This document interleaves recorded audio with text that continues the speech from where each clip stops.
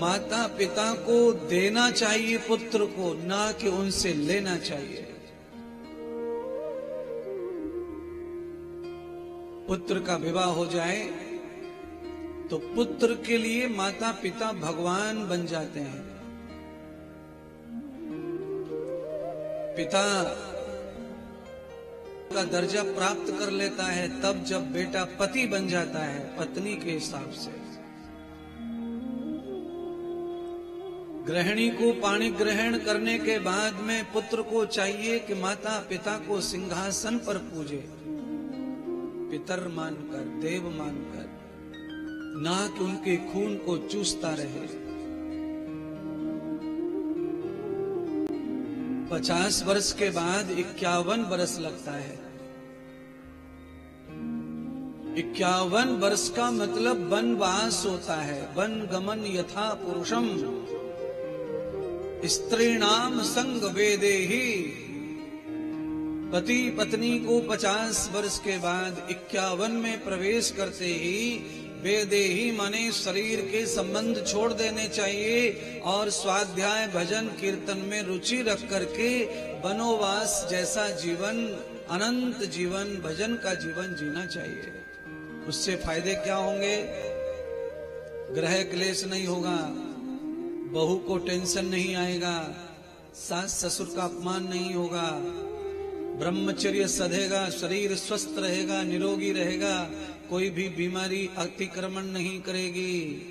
40 के बाद बीमारियां अतिक्रमण करती हैं शरीर में, क्योंकि तुम हमेशा ग्रस्त में ढुसे रहते हो, कभी उसको छोड़ने का मन नहीं तुम्हारा आया, इसीलिए रोते रोते जीवन जीना पड़ रहा है। पैसा भरपूर है, संपत्ति से चूर है, पर कोई शांति नहीं है जीवन में, कोई सुकून नहीं है जीवन में, कोई आनंद नहीं है जीवन में, कोई दिन गोली दवाई के बगैर नहीं बीतता। महात्मा इंद्रदेव चाहते हैं कि औषधि दवाई न खाई जाए, भगवान का दुआ ली जाए, भगवान का आशीष लिया जाए और ऋषियों की परंपरा का जीवन जिया जाए। तो 4 भागों में जीवन बांटा है मानव का सनातन में, ब्रह्मचर्य, वानप्रस्थ, गृहस्थ, संन्यास। तो ब्रह्मचर्य और विद्या में निपुण होकर के खूब समृद्धि करो गृहस्थ में, और गृहस्थ का त्याग करके परलोक की तैयारी करो वानप्रस्थ में। वानप्रस्थ में पति पत्नी साथ रह सकते हैं, पर विदेहम कर्मवाणिनम, देह के कर्म को छोड़कर साथ रहें, भजन करें, सत्संग करें, संवाद करें, स्वाध्याय करें, ध्यान करें, जैसे ऋषि करते आ रहे हैं, उससे आनंद और स्वास्थ्य अच्छा रहेगा। आपके स्वास्थ्य पर प्रभाव पड़ा क्यों है? ग्रह क्लेश की वजह से प्रभाव पड़ा है।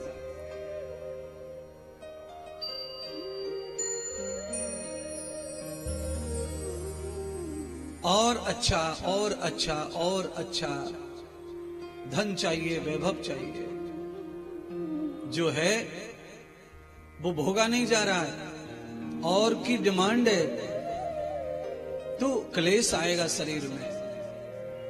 अति वर्जते सर्वम,